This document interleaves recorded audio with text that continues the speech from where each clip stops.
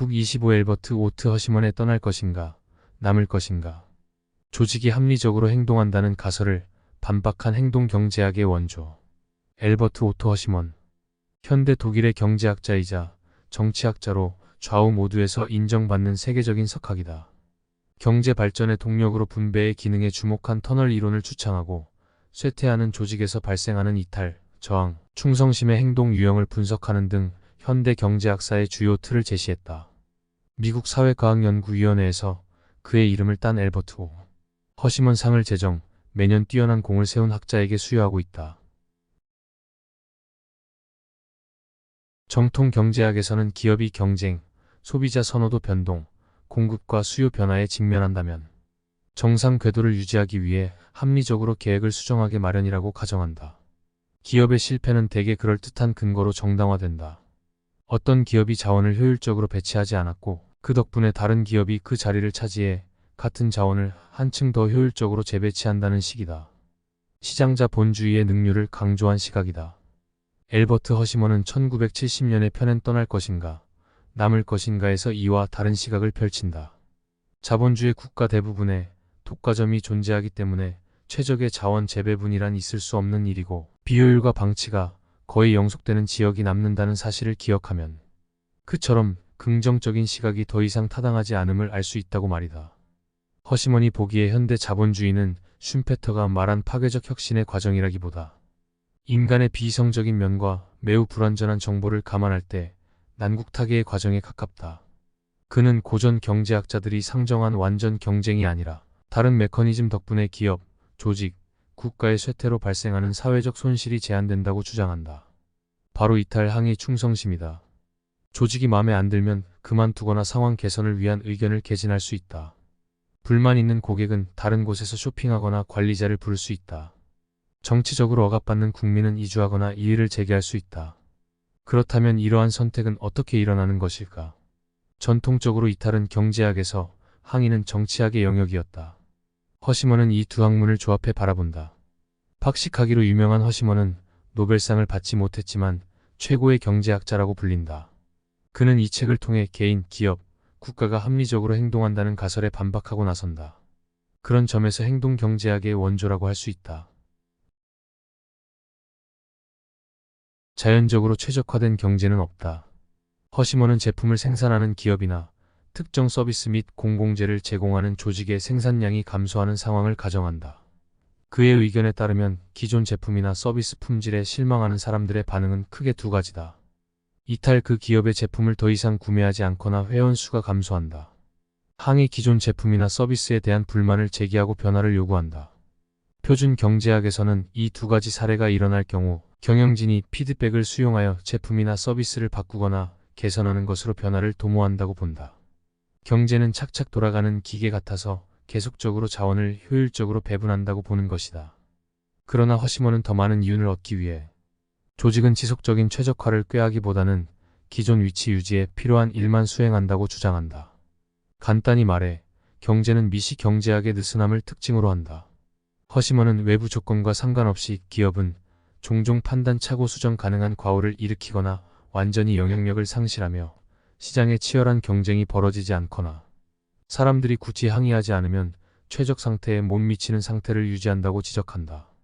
실제로 허시먼은 인류 역사의 특징 가운데 하나가 악화에 대한 관용, 레터투드 포 디티리어레이션이라고 말한다.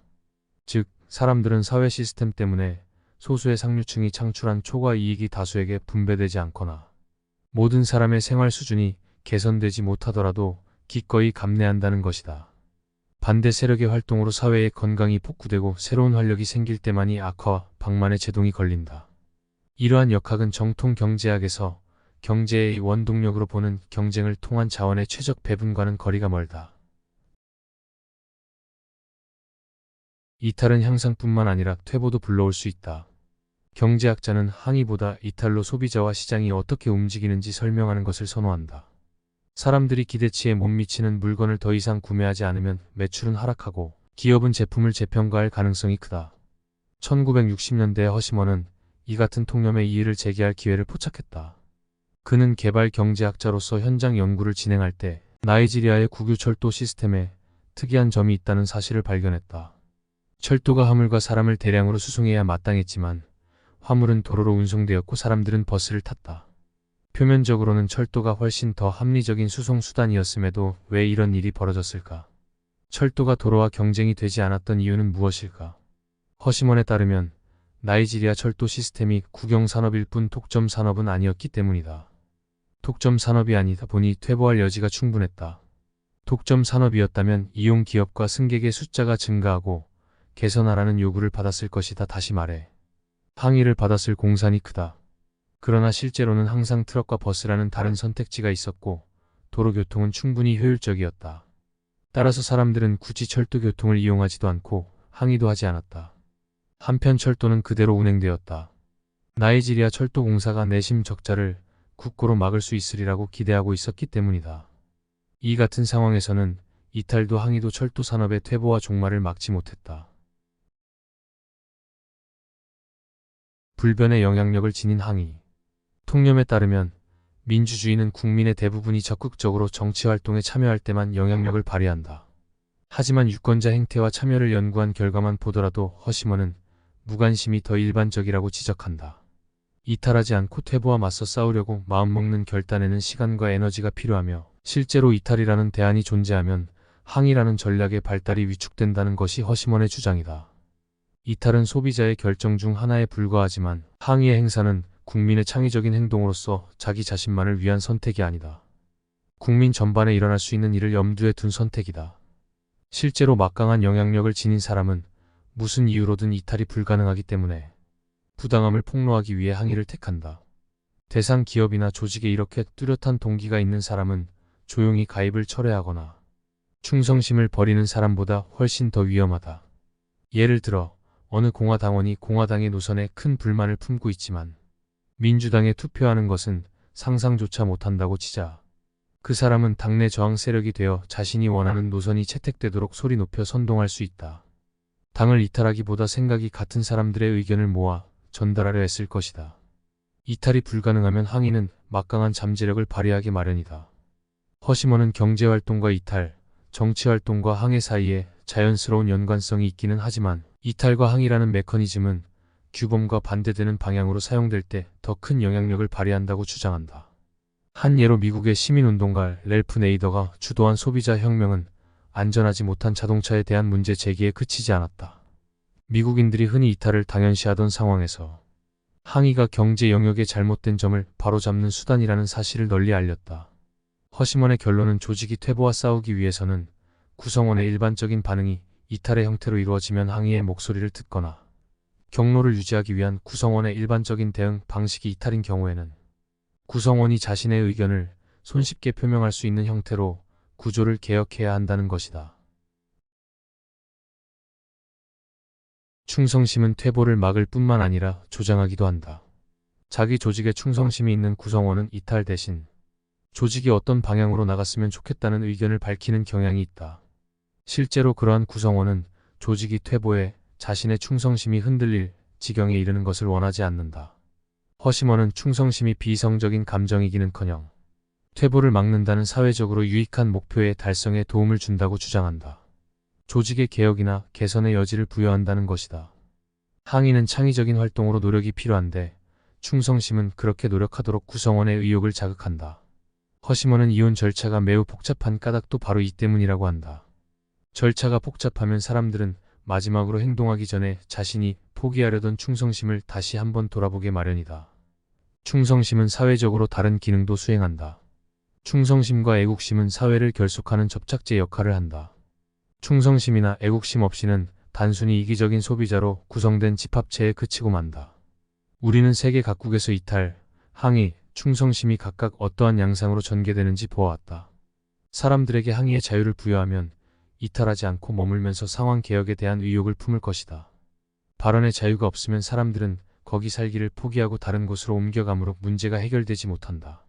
1970년대에서 1980년대 소련의 국민은 이탈을 허용받지 못했다. 정치적 개혁을 원하는 사람들은 자국에 머무르며 개혁의 날이 오기를 기다릴 수밖에 없었다.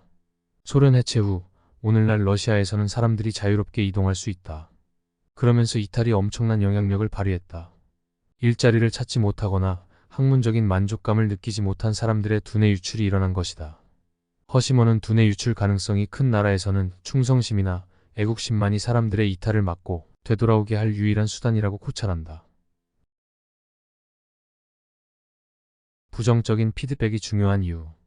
퇴보를 막으려면 이탈과 항의, 둘 다 필요하다는 허시먼의 주장을 입증할 사례는 차고 넘친다.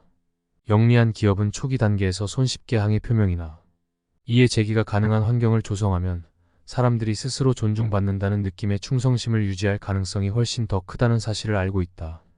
부정적인 피드백은 제품이나 서비스의 공급 업체의 필수 불가결한 요소이며 기업은 부정적인 피드백을 귀하게 여겨야 한다. 사업에 독이 되는 존재는 결함과 문제점을 소리내 지적하는 소비자가 아니라 아무 말 없이 제품 구매를 중단하는 소비자다. 허시먼의 사상은 사람들이 실망스러워진 제품을 더 이상 구매하지 않기보다 SNS에 모여서 기업이 본래 모습으로 돌아가야 한다고. 항의 캠페인을 벌이는 이 시대에 특히나 큰 반향을 불러일으키고 있다. 상업 영역에서 항의를 표현하기가 쉬울 때는 항의가 이탈만큼이나 중요한 피드백 수단이 된다. 이와 대조적으로 정치계에서는 항의가 무시되고 이탈이 선호되는 경향이 있다. 허시먼에 따르면 미국은 수백만 명이 항의보다 이탈을 택하기로 결정한 덕분에 탄생하고 성장할 수 있었다.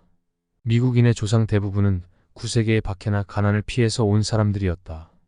질질 끌어야 하는 고통스러운 항의보다 깔끔한 이탈을 선호한 사례는 미국 역사에서도 종종 찾아볼 수 있다. 유럽연합의 탈퇴를 놓고 실시한 영국의 국민투표도 이탈을 택한 사례다. 이탈 쪽은 유럽연합의 간섭에서 자유로워지면 영국이 온전한 주권 국가로서 번영하리라고 주장하고, 잔류 쪽은 그대로 남아 내부에서 유럽연합의 제도를 개혁하면 영국의 사정이 훨씬 나아지리라고 주장했다. 두 진영 중 어느 쪽이 승리했는지는 이미 다 알 것이다. 이상으로 엘버트 허시먼의 떠날 것인가, 남을 것인가이었습니다.